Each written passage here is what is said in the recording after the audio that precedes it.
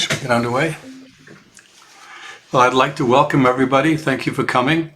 This is the inaugural USC UCLA Aging webinar, and we're hoping this will be the first of many in time to come. I thank everybody for joining us. I'd like to thank our four speakers today for being willing to do this, as well as Aisha and Debbie for helping put things together, and Fernando Torres-Gil, who was really instrumental in helping get this off the ground. So as I said, we have four speakers, each with 15 minutes, and then we'll have a half an hour at the end for discussion and or questions. So if you have questions or things you'd like to bring them up, can you put them in the chat, please?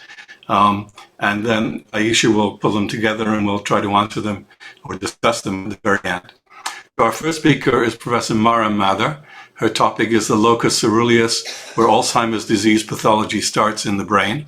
Mara Mather is a professor of gerontology, psychology, and biomedical engineering at USC, primarily at USC's Leonard Davis School of Gerontology. Her research focuses on the brain and body systems responsible for emotion and how they change with age and influence cognition.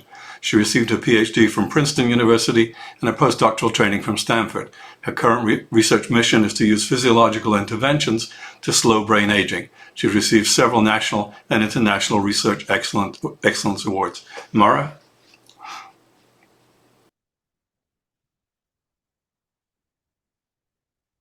You're muted, Mara. Thank you. Thanks, everyone. Thanks, Kelvin. And thanks, everyone, for being here. It's great to see you. Some of you I know from USC, and welcome to those of you from UCLA. So, as Kelvin said, my name is Mara, and I have been very interested in this small brainstem region, which is called the locus coeruleus. We abbreviate it to the LC. And what's shown here is that this small brainstem nucleus, it's actually kind of inflated here. It looks even smaller than what's shown here, is in the brainstem. So I'm hoping, I'm not sure, can you actually see my mouse? No, I guess not. Okay, let's see if I can, is that better? Yeah, now we can see it. Okay, great. So this small brainstem region is really important for many things in terms of cognition. It is the brain's primary source of noradrenaline, which is this neurotransmitter that is really important for what we call arousal. So that encompasses everything from wakefulness to emotion, stress, and it's the reason that we remember emotional things so well. So the locus coeruleus is really important for synaptic change, for making things memorable, for helping you learn, all sorts of very important things. But it's also, as you can imagine, if it's associated with arousal and stress, it can also be problematic in various ways. And for years, I was trying to understand how the locus coeruleus really can enhance your memory for emotional things and at the same time lead you to have big gaps in your memory for emotional events that happen. And I was also interested in aging all along. And so when a landmark study came out about 15 years ago that indicated that the locus coeruleus was the first place that Alzheimer's pathology could be seen in the postmortem brain, I got really, really interested in what this might mean in terms of what we could do about Alzheimer's disease and also what this means in terms of cognition and aging. So let me tell you what was found. In researchers, Heiko Brock and colleagues, they were the leading researchers in terms of staging Alzheimer's disease from postmortem brains. And what that means is that they would take any brain that they could get from the mortuary and they would look at it to see where Alzheimer's pathology could be found. And the two types of Alzheimer's pathology that are relevant here are the two signature features of Alzheimer's disease: amyloid beta plaque and tau tangles. And previously, they had found that tau tangles start in this region of the cortex called transentorhinal cortex, which is in the memory regions of the brain, which is why Alzheimer's disease is so associated with memory decline. But then in this paper in 2011, they reported on over 2,000 autopsies where they'd gone further than the cortex. They went down and looked in the brainstem. And so this, part of the brain is responsible for very automatic things, and there's a lot of nuclei in this region. It's the first place in the brain that gets signals from the body. And the locus coeruleus, they found, was the first place they saw any signs of tau pathology. And what they saw there is what they call pretangle pathology. So it's hyperphosphorylated tau. And what is really striking is that although most of the kids they autopsies, there weren't very many kids who died, fortunately. They only had 8 kid brains from kids. And most of those did not have any tau pathology at all, but a few did. And by the 100 brains they had between age 31 and 40, all 100 had at least tau pathology in the locus coeruleus. And they looked at these same brains in the cortex, and what you see is that those brains that were, young adults are already showing what they previously had called stage 1 Alzheimer's disease, which is that they're seeing tau tangles in this transentorhinal cortex and sometimes in other regions as well, but definitely in this transentorhinal cortex region. So these findings really change the way that I think about Alzheimer's disease and have been a challenge for the field to think about and reconfigure how they think about some of these stages of the disease. And what these findings mean to me is that actually we are all subject as we age to some degree of Alzheimer's pathology. And it's this very slow moving pathological process. And so what we really want to be doing is slowing it down as much as we can. Now, the amyloid plaque doesn't come online in, the typical brain until later. But amyloid peptides are actually increasing, the soluble amyloid peptides are increasing in this age range as well. So these things are happening very early, and the locus coeruleus really was not on the map in terms of studies of aging, primarily because in humans we were not able to measure it. So seeing these results, I was really motivated to try to see, could we actually measure something about the structure of the locus coeruleus in humans? And fortunately, there had recently been scans developed that showed the locus coeruleus with high intensity. So what we see are these white spots on MRI scans where the locus coeruleus is. And what we did was to measure that hyperintensity and to correlate it with cognition. And we were the first researchers to take a look at that relationship between locus coeruleus structure using MRI in healthy people who are scanned in magnetic resonance imaging and look at how that related to cognition. And what we found is that older adults who have higher hyperintensity in MRI in the locus coeruleus also show better cognition. And these findings were followed in the next 10 years, this last decade, by many, many other researchers taking up this type of imaging and finding lots of interesting relationships that indicate that the locus coeruleus structure is related to cognition in aging. And I think this is really important because for the first time we have this window where we can look at the locus coeruleus. But I want to return to this question of why is this happening so early? Why is the locus coeruleus experiencing these changes? I told you that it is an arousal hub region in the brain.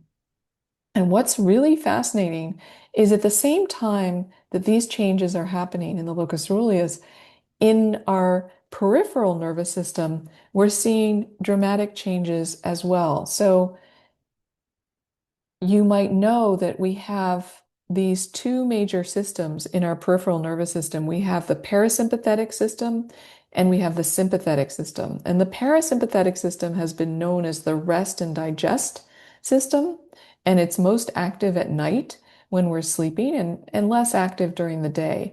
And you see this diurnal rhythm in your parasympathetic system, which is primarily measured by heart rate variability.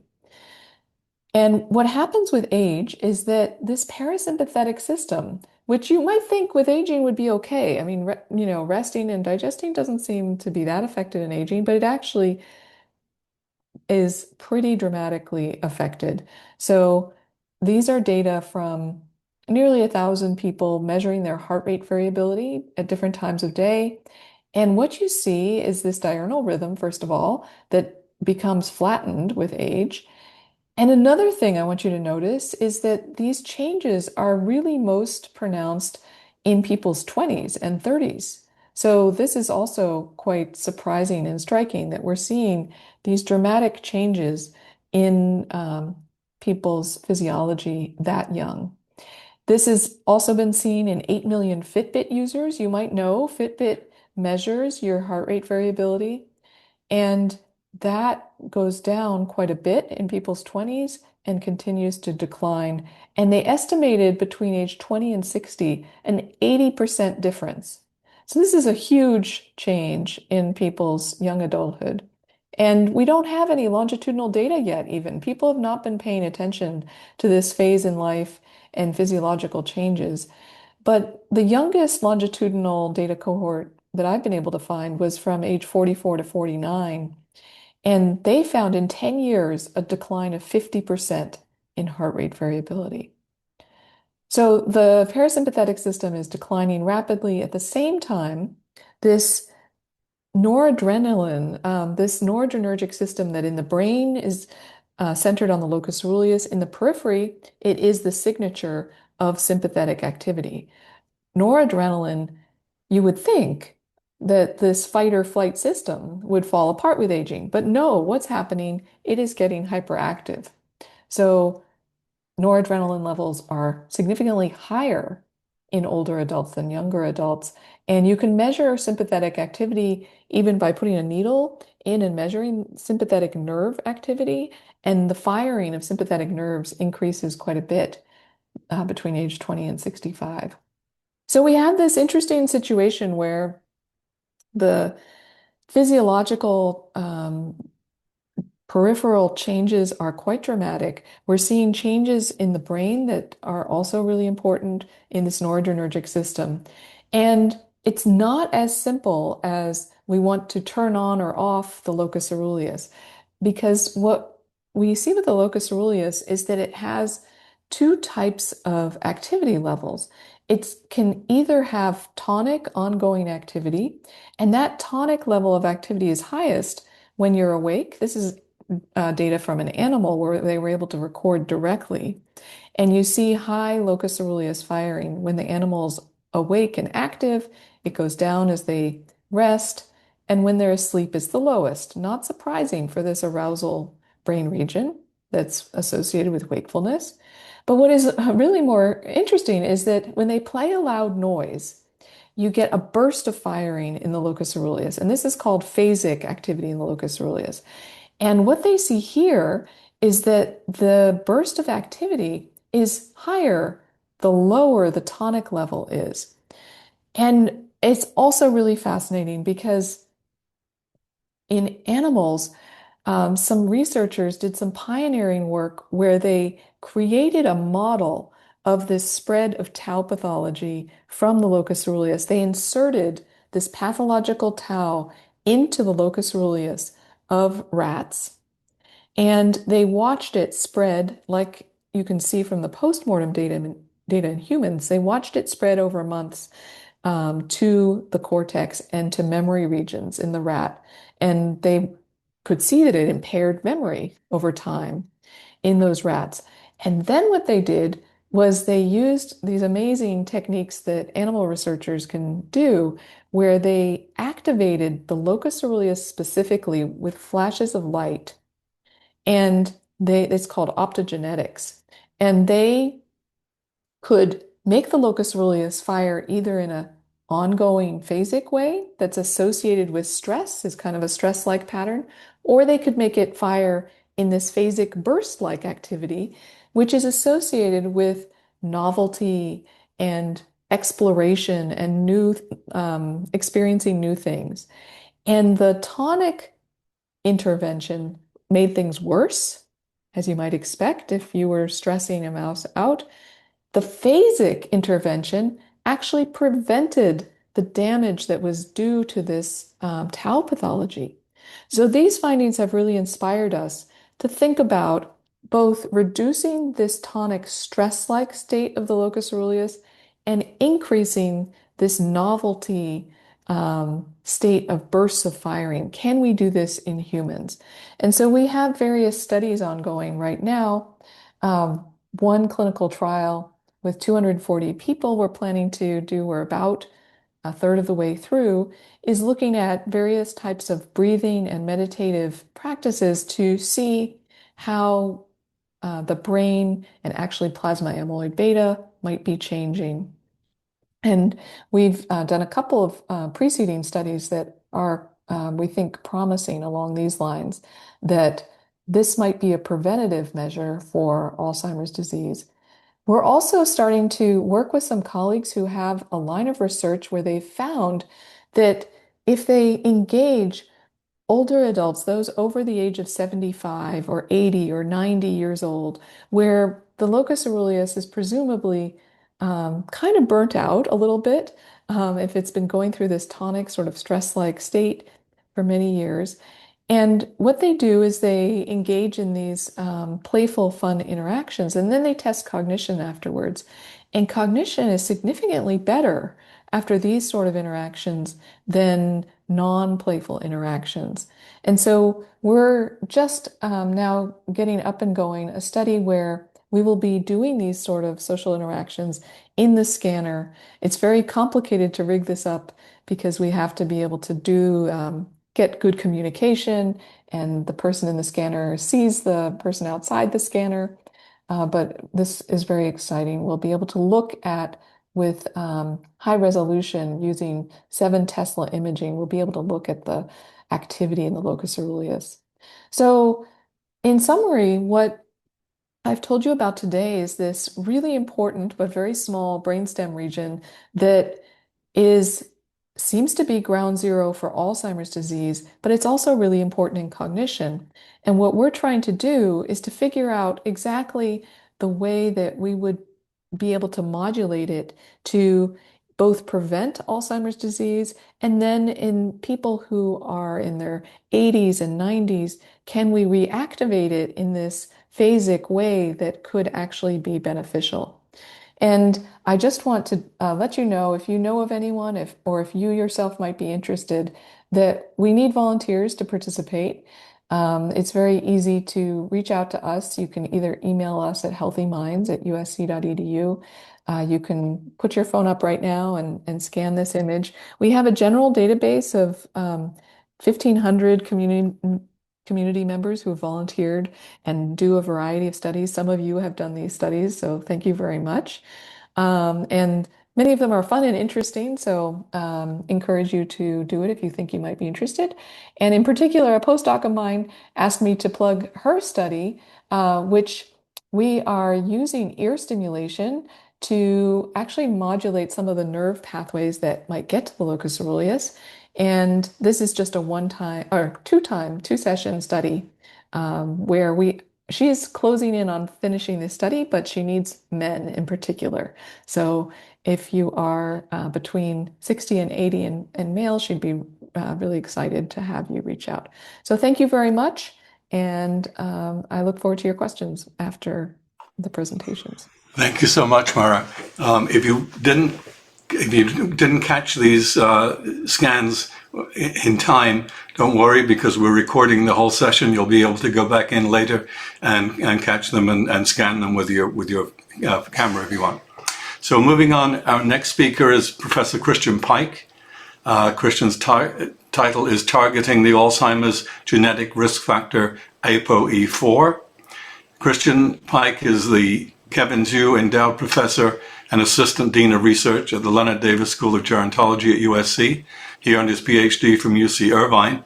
For more than 30 years, his research has focused on neurobiology and geroscience, with the primary interest or emphasis on understanding the pathogenesis of Alzheimer's disease and developing strategies for its prevention and treatment. His work has been continuously funded by the National Institute on Aging and numerous foundations. Christian? Thank you, Kelvin. Good afternoon, everybody. It's a pleasure to be here with you today. As Kelvin mentioned, I'm a biologist and I've been working for a number of years trying to understand what's causing Alzheimer's disease and how we can use that information to develop interventions to prevent and or treat it. Today, I'd like to tell you about some of the work we've been working on with regards to the primary genetic risk factor for the disease, ApoE4. So if you're not familiar with ApoE4, I'll give you a very quick primer on this. ApoE is a normal gene. We all have it. We all have two copies. You get one copy from each of your parents. And the most common variety shown here in the middle is ApoE3. It has the 75% frequency. The least common is ApoE2. This is the good one. You're lucky if you have that one. And the problem one with Alzheimer's disease is ApoE4. What happens is if you look at the frequency of these in the context of Alzheimer's disease, you're less likely to have Alzheimer's if you have the ApoE2 and much more likely if you have the ApoE4. So here's another graph I think is a clear way to look at that. This shows you increasing age in people and the likelihood of remaining free of dementia. So the most common genotype we all have is probably being a 3-3. If you have the ApoE2 copies, you're much less likely to develop dementia as you get older. Conversely, if you have the 4, you're more likely to get the disease. It's not going to be necessarily a cause. Not everyone with ApoE4 gets the disease, but it is the most significant risk factor for late onset Alzheimer's disease. So what's going on? I mean, that's a really big clue. One of the things that we see is that this is looking at the accumulation of amyloid pathology, thought to be one of the primary drivers of the disease. And it's looking at brain imaging. And you can see with increasing age, in the gray bars are people who have no ApoE4. The levels of this amyloid protein still increase. In the reddish ones, you can see the persons who have at least one copy of the ApoE4. By the time they're in their 70s, the majority of them have already got amyloid depositions, which is an early stage of Alzheimer's pathology. So it's certainly a problem that's driving the disease. What can we do about it? And that's one of the things we've been working on. So regardless of what your ApoE genotype is, the biggest risk factor for getting Alzheimer's is just getting old, right? What we think is that one of the ways ApoE4 may be driving the disease is by affecting the processes in the body that are accelerating aging. So one way to look at this is some data that came out a couple of years ago looking at people's ApoE genotype versus how long they lived. And you can see in the blue lines, the people with the ApoE2, they live the longest. In the green and intermediate level, and then in the red are the persons that have an ApoE4. They live a shorter amount of time, even if they don't have Alzheimer's disease. So how do we study this? I usually spend most of my time working with mouse models of the disease. And what we can do to study this is mice have a different ApoE, but we can genetically remove the mouse ApoE and pop in the human varieties. And when you do that, you can see that just like in the humans, a mouse ApoE, they live the longest. That's in the blue line versus the green, which is an intermediate lifespan. And then the red ones live the shortest amount of time. So this shows to us that there is a relationship between ApoE genotype and aspects of aging and longevity. And in fact, we're not the only ones to think this. This is like the last couple of years, a couple of different papers have popped out, and they're all saying the same thing. There is some sort of link between having ApoE4 genotype and having negative consequences of aging or accelerated aspects of aging. So let me graph this up for you, how we think this is working. We know that aging is the biggest risk factor. So we start off with healthy aging. We want to stay in healthy aging, get a good sleep, diet, exercise, all of that, and stay there. But there are aspects that can drive age-related problems systemically, which we think then also impact brain dysfunction, and then ultimately can drive Alzheimer's disease pathogenesis. We also think that ApoE4 might be one of several different factors that are pushing this aging forward. If that's the case, then we ought to be able to think about a variety of different anti-aging, longevity promoting interventions that would help push back against this. And in fact, in the field of geroscience over the last couple of decades, and in particular the last 5 to 10 years, there's been incredible advancements in understanding a variety of different interventions that in experimental models at least push back and increase health span and lifespan. And so the hypothesis is perhaps application of these approaches could push back against ApoE4, mitigate what it means to have ApoE4 positive genotype and reduce risk of Alzheimer's disease, and maybe even in the late stages of the disease work as a treatment. So that's the experimental question we've been working on. So how do we do this? So I'm a biologist. I work mostly with mice. This is how we do it, just as an outline. We have mice and we genetically engineer them to have human versions of ApoE3 or ApoE4. Some of the mice we also genetically engineer to have Alzheimer's disease, other ones not. And then we give them, like a human clinical trial, double-blinded, placebo-controlled interventions. And these are orally available, so they're highly translatable, and then look at a whole bunch of outcomes from throughout the body and try to understand the relationship between potential protective drugs and aging, brain aging, and development of Alzheimer's disease. So how do you pick which type of interventions to look at? The aging arm of the NIH has a really clever testing program. They actually have a multi-center clinical testing for mice. And what they do is they've tested scores of different molecules. They're looking for compounds that are orally available, so you could take in a pill form, and that increase lifespan in a mouse and health span. And out of the scores of molecules they looked at so far, only about 8 of them have worked. And we're looking at one of these. Well, I'll show you. Oh, actually, we're looking at several of them. I'll show you data from just one of them. And it's a compound called 17-alpha estradiol. And shown down here in this panel, the green shows the animals that have been treated with this drug, and the red is the regular control animals. And see, there's an increase in the average and the maximum lifespan. So it's a drug that improves lifespan, at least in a mouse. So the idea, and this is some work from a recent graduate student of mine, Cassie McGill, we took these ApoE3 mice and these ApoE4 mice, and we gave them either the placebo or this 17-alpha estradiol, this longevity promoting compound. And when they were about 10 months old, so in mouse years, the translation to human is early middle age, maybe like 40. You're just starting to show some aging signs. And we put them on this compound for the next 5 months, and we asked them, hey, what happened? 2 things. Are the ApoE4 mice really older? And if they are, can we push back the aging of those mice with this compound and reduce the risk of developing Alzheimer's? And so what we're looking at, first of all, it's just body weight. These animals in early middle age, kind of like people, sometimes they get a little thick. And the E4 mice in particular are a little heavy. When we give them this compound 17-alpha estradiol, you can see down here in the pink, these are the treated animals. They lose about 15% of their body weight, much more than all the other groups. If we look at the amount of fat that these animals have, this is before the study.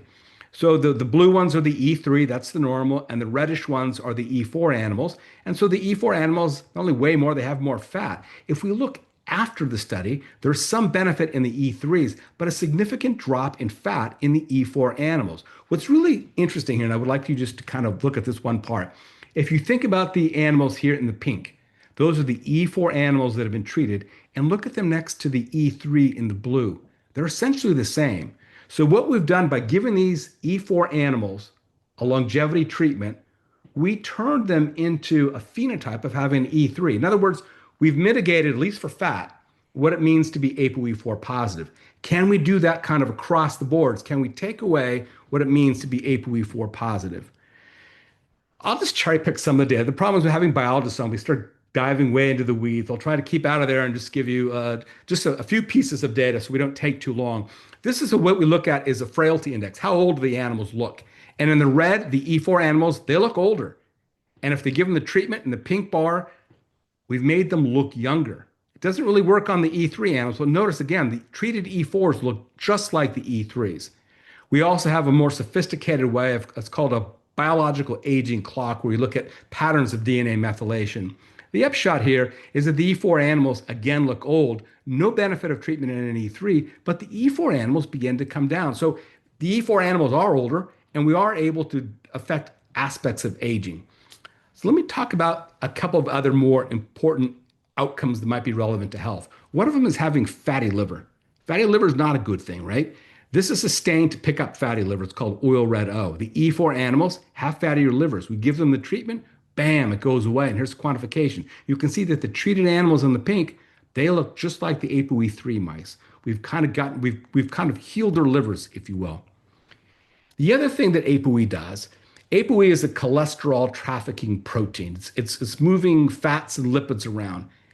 And lipids are really important. Things like cardiovascular disease, which ApoE4 also increases your risk for that. It's also important to development of Alzheimer's disease.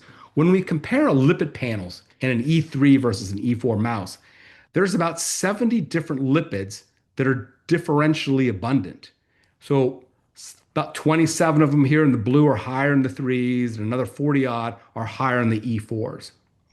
If we compare what happens to the E4s when they're treated, we've essentially erased it. There's only 3 lipids that are now differentially abundant. So we've cleared up their lipid system, we've cleared up their livers. Oh, I debate about not putting this one in because we start getting a little thicker in terms of the details. But in terms of cell types, one of the most important cell types in the brain that's responsible, we believe is responsible, is an immune-like cell called a microglial cell. We isolated all the microglial cells out of these mice, and we looked at their gene expression through a procedure we call RNA-seq. We can see 3,000 differentially expressed genes, meaning what's happening in these cells from an E3 mouse versus an E4 mouse is very different. When we put them on the drug, we reduce that gene expression difference by about 70%. All right, let's talk about something a little bit more tangible. And that's going to be memory performance. We put them in a maze, spatial learning and memory. And we can see we're looking at here the number of errors that they make. The ones in red, the E4 mice, they make significantly more errors. They can't perform as well on a memory spatial test. If we give them the treatment, we bring them back down to like an E3. We also ran some biochemistry. This one is oxidative damage. It's looking at something we call lipid peroxidation, like how much free radical damage have we caused in the brain. And we can see in the red that the E4 animals have more lipid peroxidation, and this is decreased only in the E4s by the treatment. And then there's this soluble amyloid protein, which is implicated in Alzheimer's disease pathogenesis. Again, it's reduced by the treatment. So what have I told you? Is that we have this situation where E4 is driving multiple aspects of aging. They're worse than the E3s. We can go in with the geroscience intervention, a longevity promoting drug 17 alpha, and we can largely mitigate what it means to be E3 positive or E4 positive. And we think that's going to help slow down development of Alzheimer's disease. I want to share with you 2 more data slides. And that is, what if can we also treat? What if you already have Alzheimer's disease? Because this is for people in their 40s or 50s, maybe in their 60s. What if you already have the disease? Can we still use these approaches? Can we use it as a treatment? So what we did is we have another group of mice where they've been genetically engineered to develop Alzheimer's pathology. And we wait till end of life almost, very late stage Alzheimer's disease, and we gave them a treatment for just 2 months. And what we see here, and looking first at systemic changes, body weight, we see decreases in body weight, but this is not a good thing. This is end of life loss of body weight called anorexia of aging. And the E4s lose weight more because they're aging and dying faster. And in this case, 17 alpha estradiol doesn't cause them to lose more weight. It actually stabilizes this. It's kind of an anti-aging effect. And if we look at the frailty again, more frailty in the E4 animals, and we're able to block it even at a late stage. So that's great. Systemically, you're able to help them. What about in terms of Alzheimer's outcomes? Well, some more of this transcriptomic stuff. Basically, if we look at gene expression data, we're able to kind of reverse about 70% of the damage. Let me talk about pathology very briefly.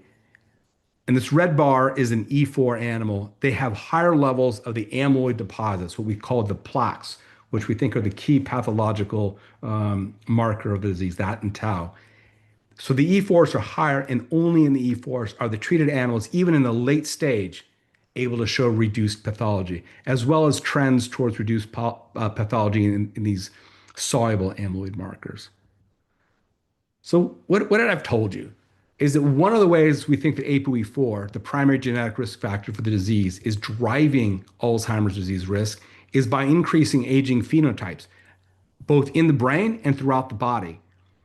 And then I gave you an example of one geroscience intervention, 17-alpha estradiol, and we're currently looking at many more, including some FDA-approved drugs.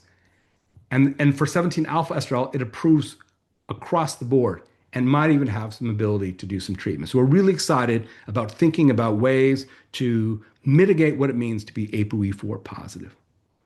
So I thank you very much. I just acknowledge my funding sources and people who actually did the work. Thank you for your attention. If you have any questions, we can talk about them later. Thank you so much, Christian. We're going to stick with memory, but we're going to switch to UCLA.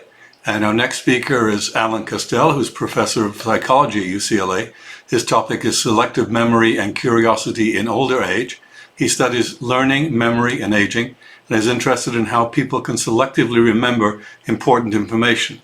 He received his PhD from the University of Toronto and has been at UCLA since 2006. He's received several teaching awards and was a Fulbright scholar in Israel.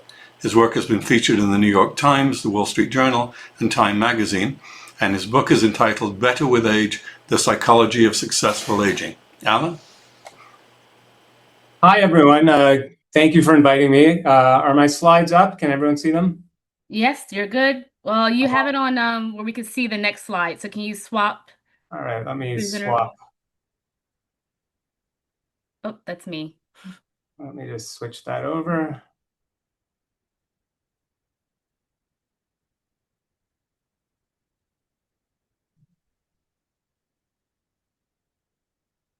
Is that better? Yes, perfect. Great. All right, well, welcome, everyone. Thank you for inviting me, and I really enjoyed these presentations. I'm going to take a slightly different approach today. I'm going to focus more on some behavioral studies on aging and end with some work on curiosity, so it might connect to some of the earlier work. But it's not surprising in the everyday world, we're overwhelmed with information, and today's menu is no different.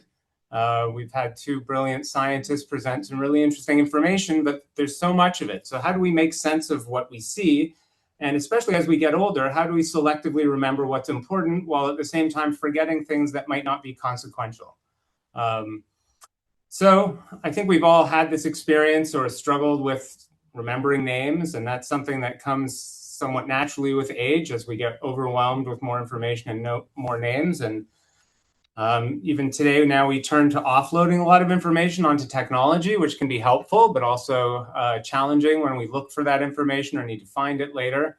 So today I'd like to talk a little bit about selective memory and how it changes with age, and maybe how that could, in fact, even be adaptive. Older adults might actually focus on remembering what's important at the expense of forgetting things that aren't as consequential. So just to break up, we've had almost 30 minutes of lecture, so I thought I'd do some demonstrations, and you're welcome to participate if you're interested. Try this memory task. I'm going to show you a couple of grocery items and prices, and I just want you to remember them for a later test. So here's your first item, and here's your second item. Some of you might have this response: you like ice cream, but not for that price. And then later we'd show, let's say, 20 items, and then we'd test people. And your job is just to remember the price of the cornflakes, and you can say that out loud. And then we'll test you with the price of the ice cream. And you might have struggled a little bit more with the ice cream, even though that's a desirable item. And that's exactly what we find, is as we get older, prices that just don't make sense, don't fit our schemas, are poorly remembered. And this is one function of memory, that it's very difficult to integrate information that doesn't make sense. On the other hand, things that do make sense, like these market value prices, older adults do just as well, sometimes better than younger adults. And it suggests that we're using our knowledge base to process and remember this information. It might be a selective focus. If it doesn't make sense, then, as much as I want that item, I'll remember it's overpriced or about $17.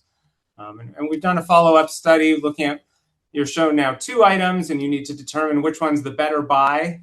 And as much as you might like the more expensive orange juice, you might go for the cheaper one. And we find older adults are much better than younger adults at remembering not just the price, but also which item is the lower priced item. So this suggests that maybe as we get older, we focus on what's important, and might not remember all the details, the exact prices, but we can use our prior knowledge to guide us.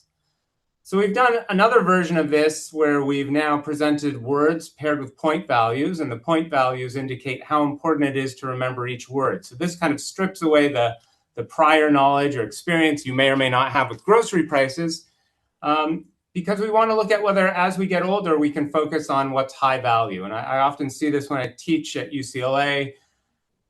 These younger students have great memories, but they have trouble selecting what's important. In fact, I'll look at their textbook and 80% of it is highlighted. So it's almost a struggle to focus on what's important and then later remember it. Whereas as we get older, we might just kind of go for the gist or kind of generally what's important and forget some of the other details. So to give you a feel for this task, I'm going to show you words paired with point values. The point values range from 1 to 12. So the word paired with the 12-point value is the most important. The word paired with the 1-point value is the least important. After all the words are shown, just recall as many as you can. You'll say them out loud. And I'll warn you, they go by very quickly, so you won't be able to remember them all. So you might want to engage in this selective memory. So are you ready? And no cheating writing them down. It's meant to be your own personal memory test.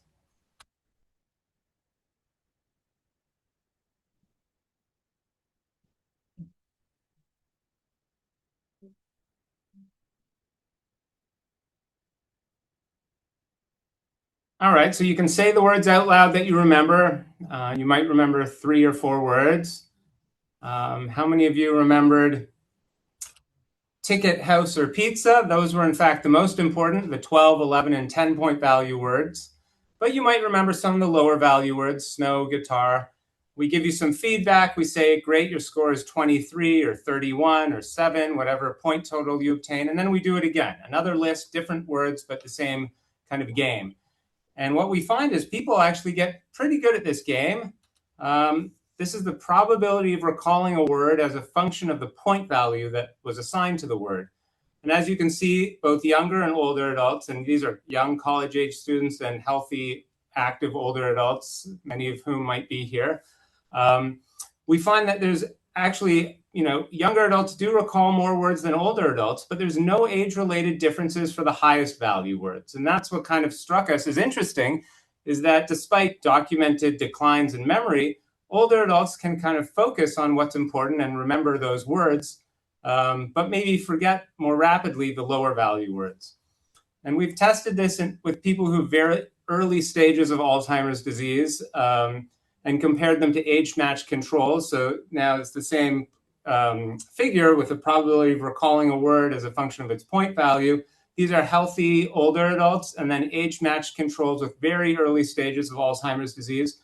What's interesting is you don't just see kind of a shift in memory. It's not that with Alzheimer's disease, memory declines. You actually see this change in attentional control.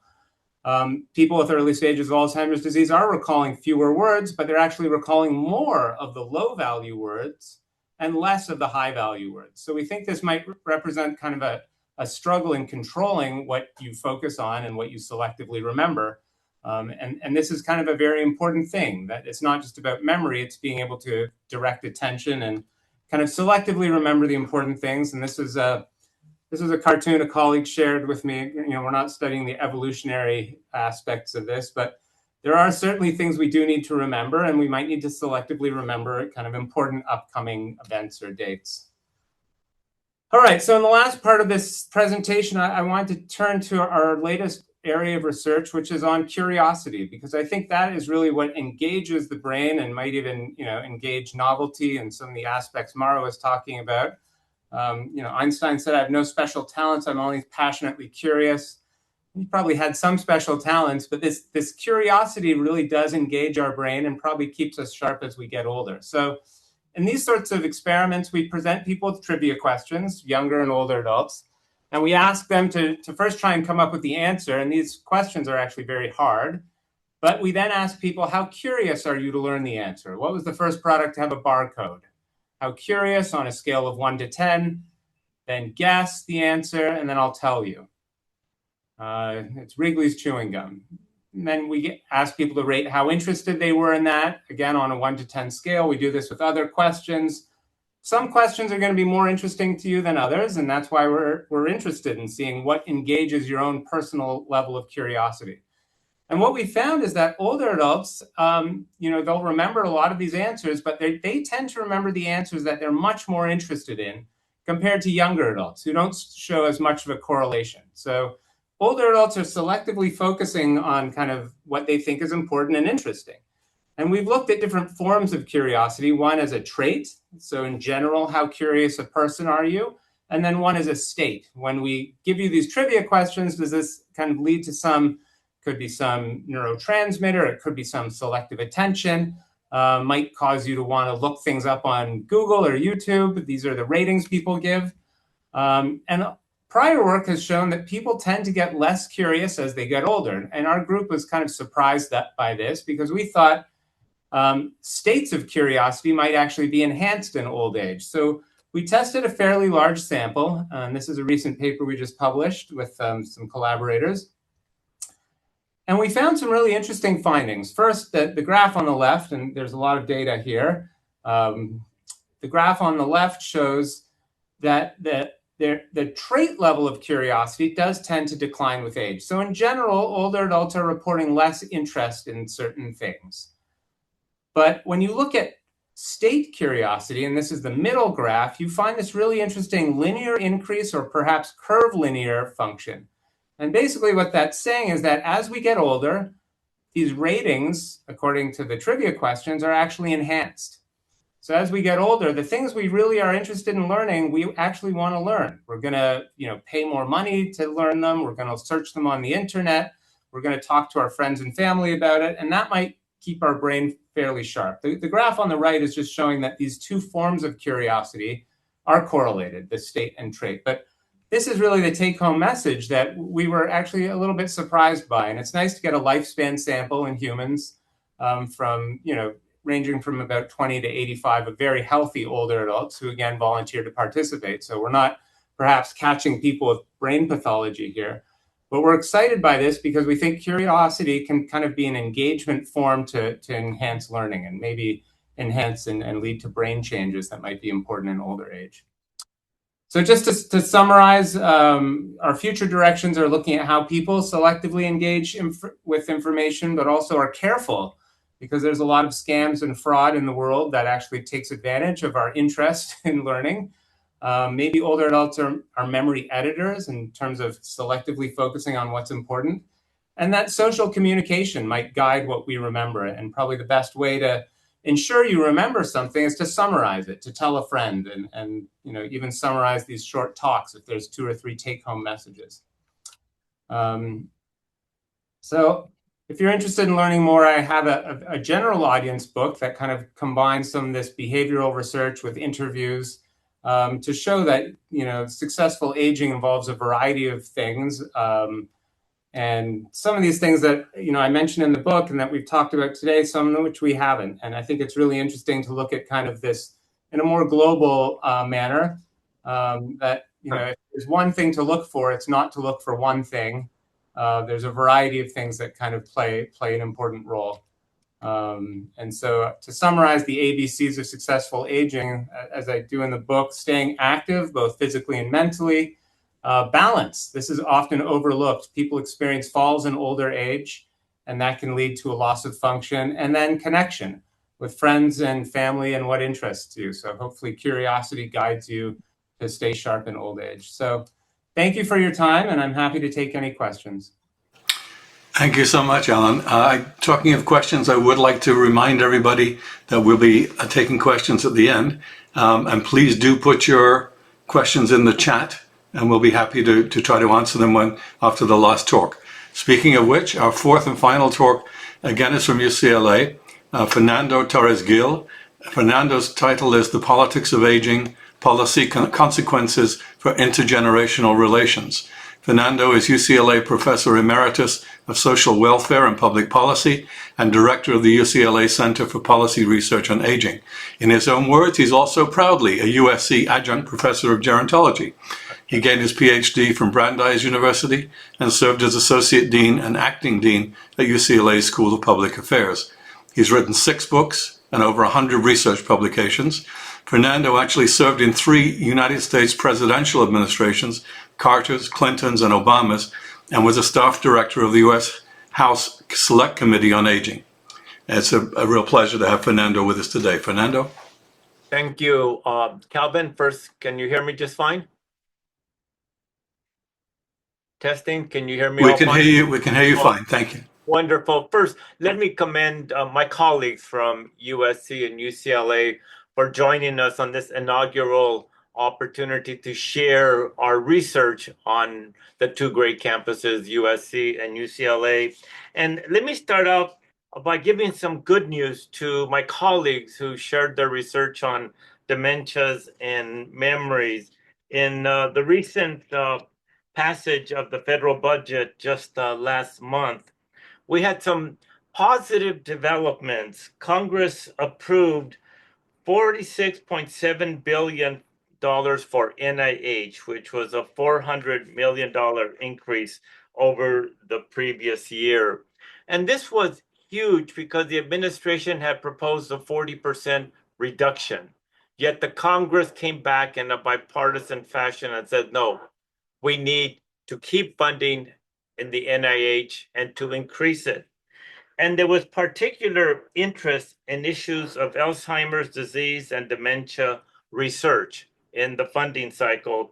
So the National Institute on Aging will receive roughly $4.5 billion, an increase over the previous year. And 10 million of it is new funding for Alzheimer's disease and related dementias, with an additional 90 million directed to the National Institutes of Neurological Disorders and Stroke. And again, this is a tremendous turnaround from the administration's earlier plans for dramatic cuts. But it's important to look at the report language and this bipartisan support in the Congress. The report language stressed the importance of sustaining research project grants and avoiding policies that would reduce success rates, a continued prioritization of Alzheimer's, dementia, women's health, rare disease research, and brain health initiatives. And lastly, that there continue a requirement that NIH use existing rules for indirect cost calculation, which is huge because, as we all know from our NIH funding, a good part of it is overhead to cover the cost of infrastructure and students, etc. So that's a good news, but my area of research answers the question, so how did this come about when the administration was so committed to doing dramatic reductions in science? It came about through a collaboration, a coalition of age-related organizations, AARP, the Gerontological Society, the American Geriatric Society, through the involvement of senior advocacy groups, and through a narrative that all of us are impacted by aging, and these particular areas of research impact us regardless of our political affiliation. And that's good news for researchers, and it's certainly good news for society, especially if our colleagues, as you demonstrated, come up with some really applicable consequences, implications of this exciting research. And so that is the politics of aging, the policy and politics of aging. And it gets to addressing some key issues, and you'll see that right there. First of all, I suggests that today's generation of retirees may be relatively privileged. But the big question is, how might the public respond to issues of aging in the next 20 to 30 years, and how does that matter? And Aisha, would you go back to the first slide there? Thank you. My research began when I moved to USC on issues of Latinos and Latino aging, and then branched out to minority aging and the diversity in the population. And then through my career, I moved into public policy and various governmental political appointments. But now I'm come back in a way by integrating issues of immigration, diversity, and demographic changes, which will help to answer some of the questions that I pose, especially in the future. But I'd like to step back in the past shortly and briefly and just draw from my colleague Dan Mitchell's research on the incipient politics of aging. And just to shorten the history, the role of old people promoting policies for old people on the basis of old age interests, that's clumsy, but that's the politics of aging, began in California, in Southern California, in the Great Depression of the 1930s, when Townsend saw some elderly people taking food out of garbage cans in Long Beach in the 1930s. And that began to bring together a whole host of individuals and older adults to essentially answer the question, why are the elderly and children the most vulnerable in this Great Depression? That led to a number of social movements. The Townsend movement proposed that California provide $200 a month if an older person chose to get out of the workforce, make the job available for a young person. And this radical politics actually pressured the Congress ultimately and Franklin Roosevelt to support the passage of Social Security in 1935. So the genesis of the politics of aging was considered so dramatic in the 1930s that a more modest version came out of that Social Security. And now if Alicia, you can move on to the earlier question I posed and then move on to that. And one reason why it's important to understand the role of older persons in this political process, very simply, because they are reliable voters. And what you'll see in this chart here, especially covered by that red rectangle, it essentially shows who voted in the last 3 presidential elections. And if you look at that graph right there covered by that red rectangle, we'll just summarize it. Old people, or those 65 and over, 63% of them voted consistently in the last 3 presidential elections. We'll draw down to our graduate students and even undergraduates between 22 and 29, only 16%. So it still remains the truism. The older you get, the more likely you are to be active, whether voting, writing letters, going before your congressman's office to voice a complaint. There was one exception to that, by the way. Young persons generally are not reliable voters. They don't become reliable until they hit their 50s. The one exception was the 2 elections for Barack Obama. That was the only time we saw younger voters voting in proportion to their numbers in the population. That was the only time we saw that truism kind of turned on its head. But in general, old people vote, and they're the ones that we need to focus on. Moving on to the next one. The next slide, Aisha. Today, what we are seeing is a vestige of intergenerational tensions. And this is going to perhaps change the nature of the old politics of aging. And that has to do with the current economic crises, but also the dramatic economic disparities that have grown more acute since the 1980s up until this present time. A number of articles have come out in the press that are essentially talking about the tremendous dilemmas and financial pressures on younger generations, especially Gen Z and millennials. We know that the high cost of housing, the high cost of education, instability in terms of jobs. Housing, of course, is the big issue, and there you begin to see it. The president talks about promoting policies to lower the cost of housing for young families, but in fact, most of his rhetoric is now protecting the home equity values of older persons and making sure that the prices of housing don't drop. So this kind of tension that are occurring. And a more recent article in the New York Times brought up very clearly the question that younger persons are afraid that they will have a future in which they will struggle in old age. And all the data shows that, in fact, this generation, Gen Z and Alpha in particular, and millennials may, in fact, face for the first time a downward trend in terms of their finances and their quality of life. And we may see a reversal back in part to the Great Depression when the old age groups first got together. For the first time, millennials and Gen Z are less likely to have a pension plan or be in a retirement system, less likely to stay in one job over a period of time to build savings, less likely to be able to own a home, or if they buy a home, housing prices may not escalate the way it did for us aging baby boomers. So we're beginning to see real tensions, insecurity, anxieties by younger folks that they may be more poor when they grow old than today's generation of aging baby boomers. So moving on to the next slide. And therefore, those big questions. Who will pay for the future benefits and pensions that we now enjoy? When I say we, I'll refer to myself as an aging baby boomers. We are in many ways the most privileged of all the cohorts or generations. We, at least for myself, I have Social Security. I have a very generous UC pension plan.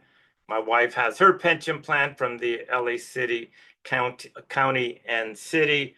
We bought our property 30, 40, 50 years ago. So you can imagine what that meant to have property here in LA 50 years ago and the dramatic increase. But we now are facing a demographic reversal where we have fallen below the 2.1 replacement rate, which simply means we're going to have fewer young persons to be the taxpayers to support all these wonderful benefits that some of us are now enjoying. But as importantly, and this gets to the research that my colleagues raised, who will be the caregiving and long-term care workforce? And we are beginning to see with the restrictions on immigration and refugees and asylees, we're beginning to see that that important part of the long-term care workforce has been immigrants and minorities and undocumented persons. Those numbers are beginning to drop dramatically. Although one caveat, if my colleagues at USC and UCLA succeed in coming up with a magic bullet to eliminate dementia, memory losses, and Alzheimer's, as Robert Butler, that legend who helped to create the National Institute on Aging, said, if we can find a cure for those things, you can pretty well empty out nursing homes and many long-term care facilities. Now, wouldn't that be wonderful? But neither event, for the moment, caregiving and long-term care is a critical issue. But for the future, we still have to ask who's going to pay for the entitlement programs and the pensions, private pensions, municipal pensions. And right now, the trend lines don't look good. The United States is facing the largest debt and deficits in its history. And this coming year, the economists expect that our deficit, meaning what we owe in this coming year, we'll have a $3 trillion deficit. The national debt is at least $30 trillion. So it's raising real questions, especially with changes in demographics. Can we afford, and are the current programs like Social Security, Medicare, Medicaid, the Older Americans Act, et cetera, will they be sustainable over the next couple of decades? Already the projections are the trust funds for Social Security will go to zero by 2034, and for Medicare by 2040. But anyways, the numbers change, but the trend line does not. The next slide, and I'll begin to wind down.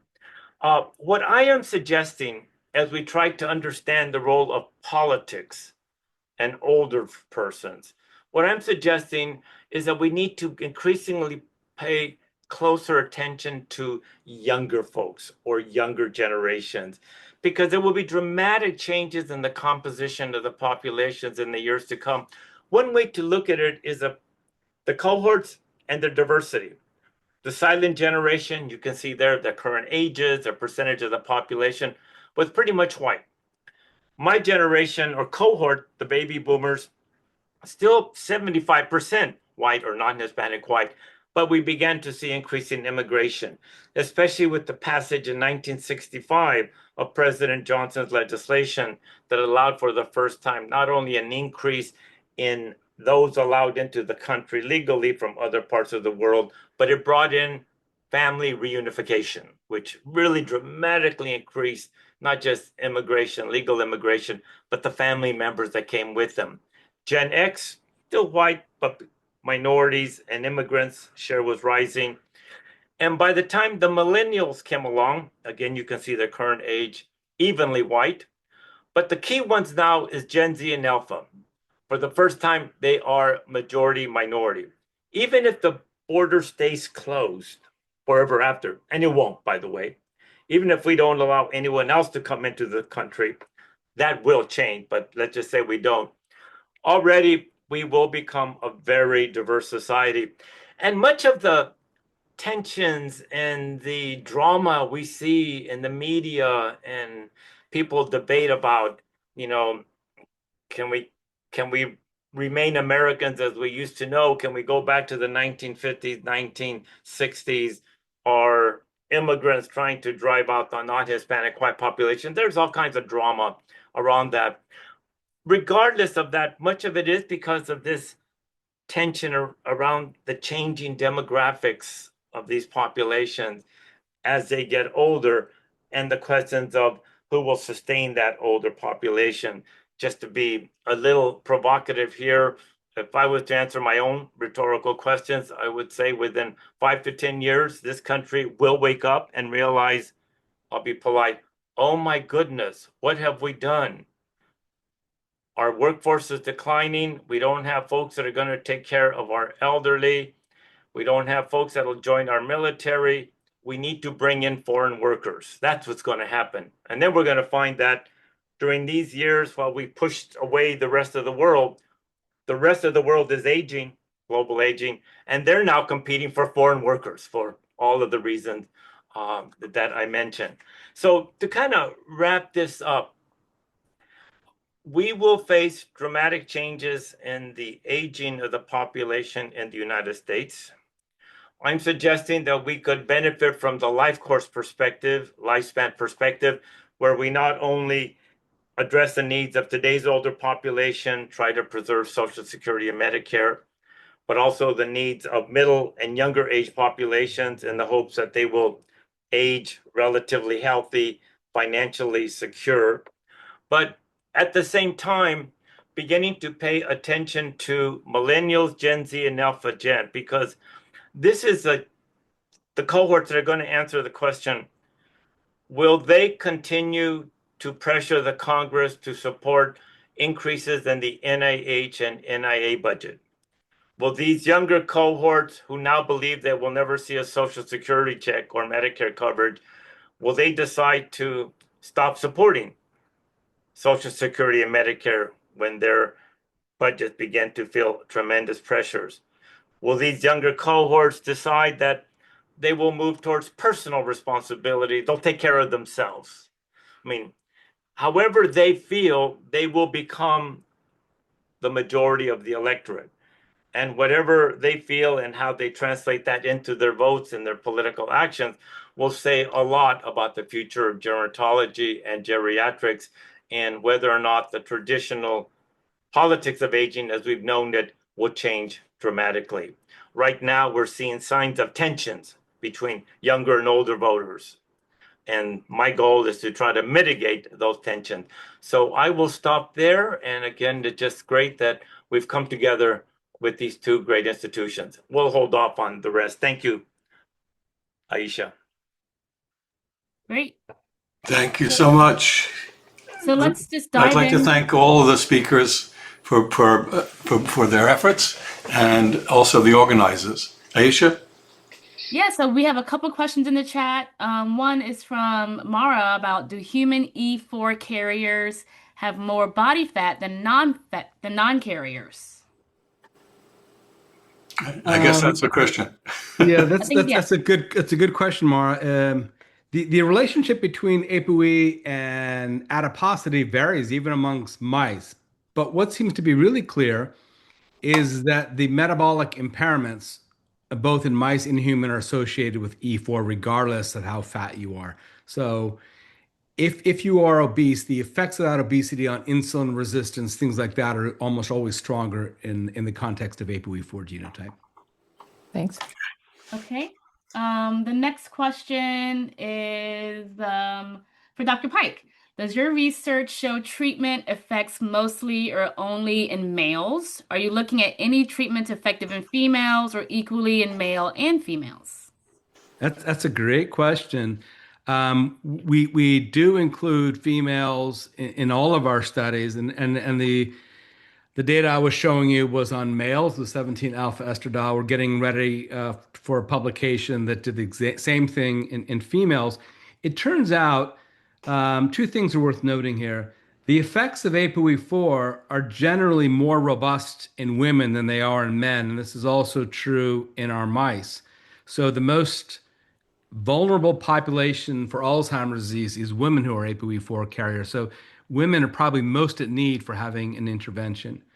The other thing that's quite interesting is that most of the longevity promoting interventions have a significant sex difference. Most of them work better in males than in females, although there are some exceptions.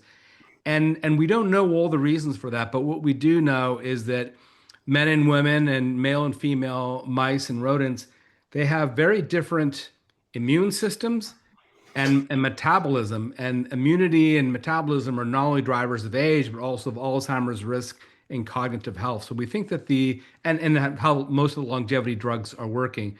So we think the answers are within there. The short answer is yes, we are working on drugs specifically on female and female ApoE4 carriers. Hope that helps answer the question. Okay. Have any of the researchers identified gender, race, socioeconomic status, or I'm assuming adult adverse childhood experiences or regional differences in terms of their findings? And I'll repeat that, sorry. Have any of the researchers identified gender, race, socioeconomic status, adverse childhood experiences, or regional differences in terms of their findings? Have you looked at that, Alan, at all? We do get some fairly large samples. I think, like a lot of this research, it's healthy volunteers who participate. So we haven't targeted specific race, gender, SES. But every once in a while, we do find some age-related differences and gender-related differences. The gender effects tend to be somewhat smaller than the age effects, and can often be overcome or eliminated when we give people cognitive strategies to use. So it's really tough to know exactly what that means. I think definitely studies are needed that target either just females or different races to get proper sample sizes for appropriate comparisons. Okay. So I can chime in and say we have been looking in particular at the effects of slow-paced breathing for weeks on plasma amyloid beta levels, and we see that the effects are the same in men and women, which is that slow-paced breathing does reduce plasma amyloid beta.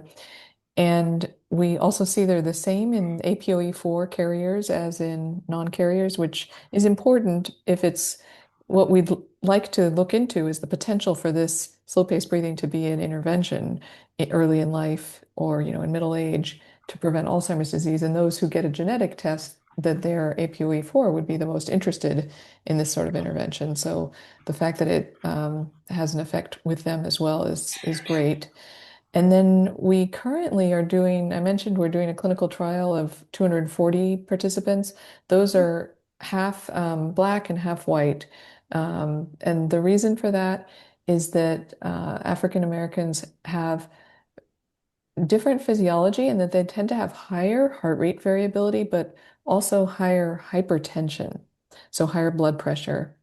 And those two things don't usually go together. So it's a very interesting sort of paradox.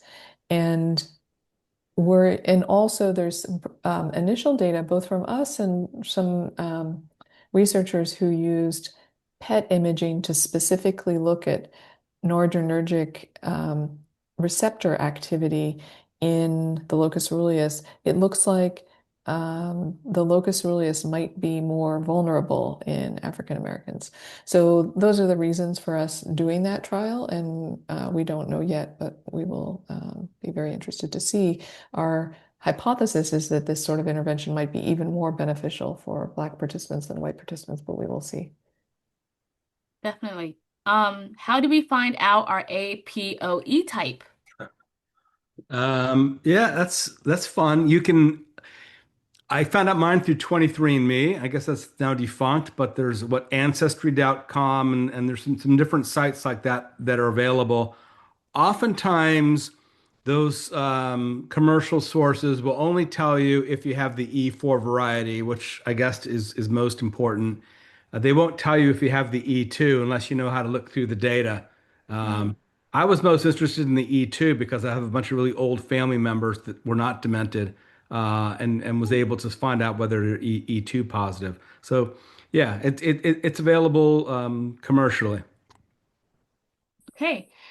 That's all the chat questions, but everyone can unmute. So if you have a question, please raise your hand or unmute yourself.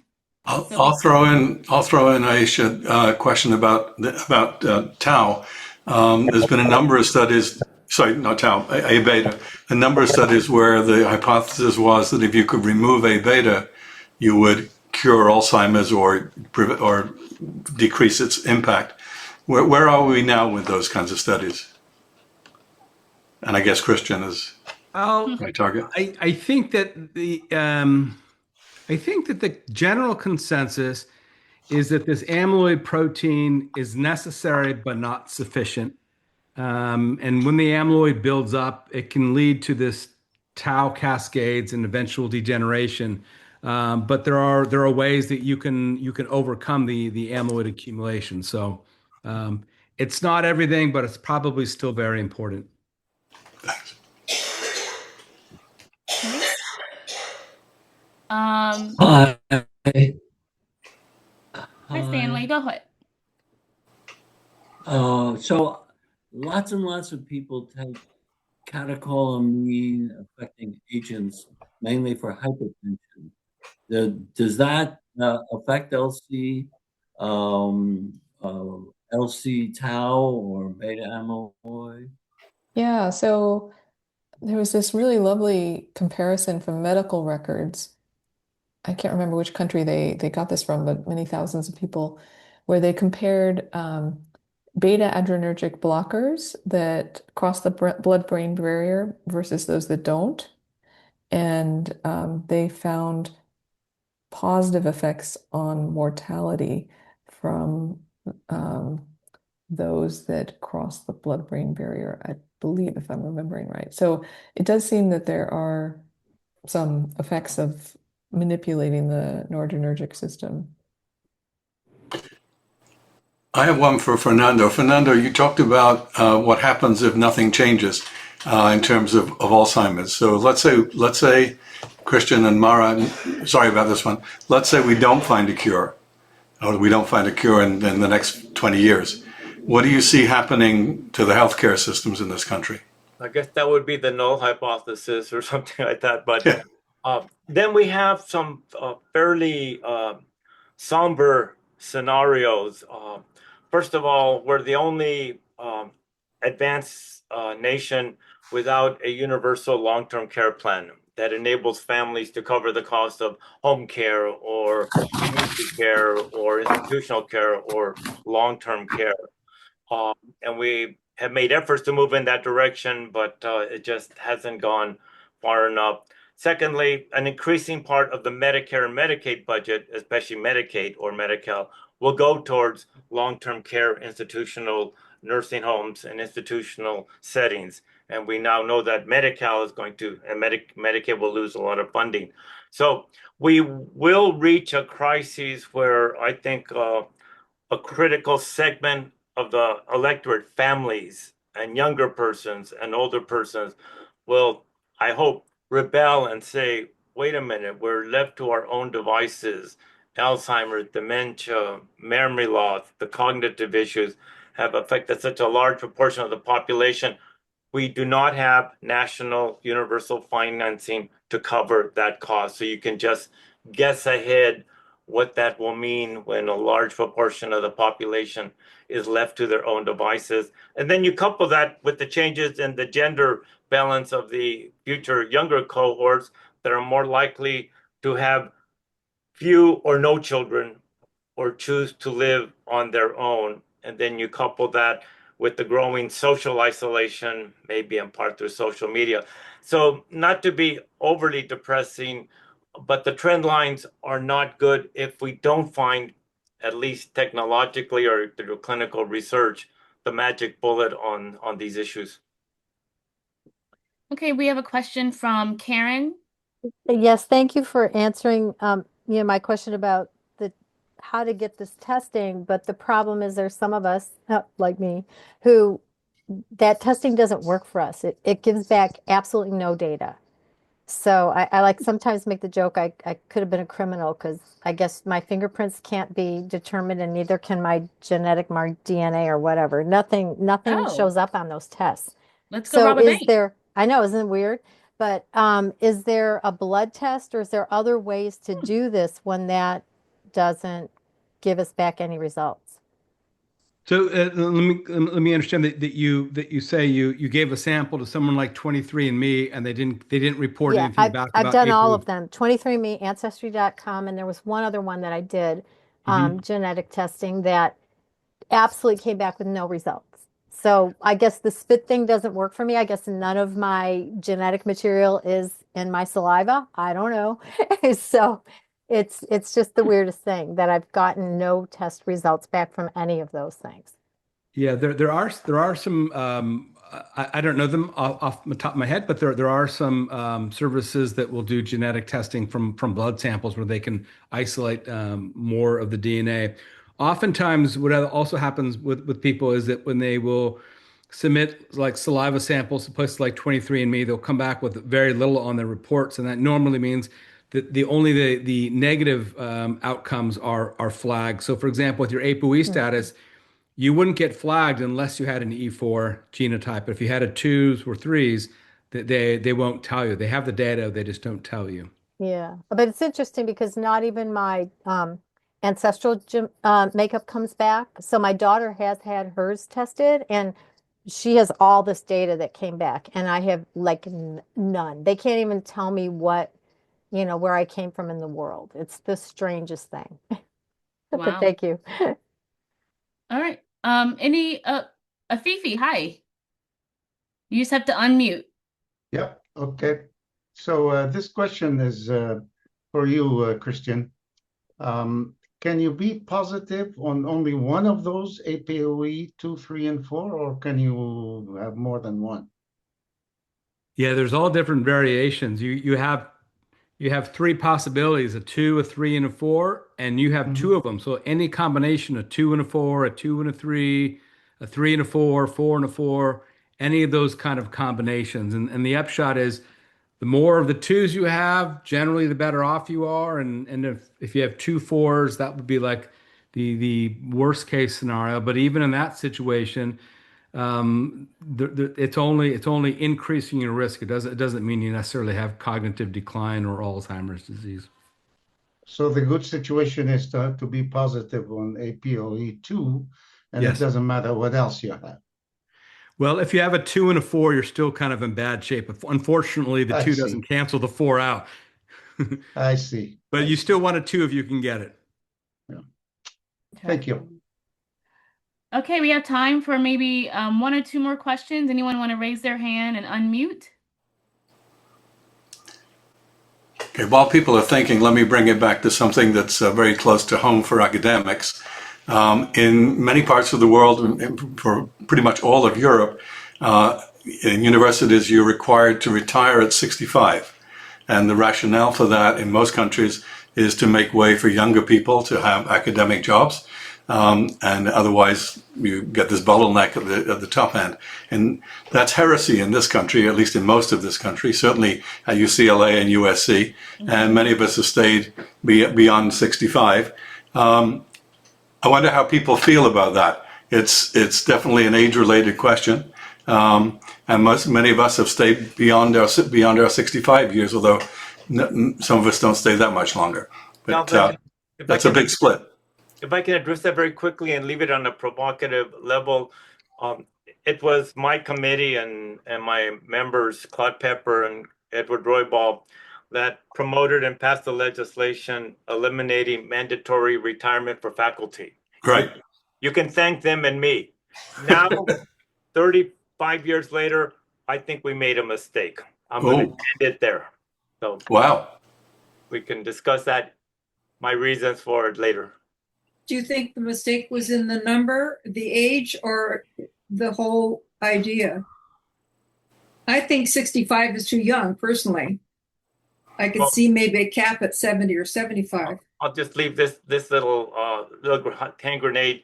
At UCLA, our dilemma is that our faculty love to stay in their 70s, 80s, and even 90s. Mm-hmm.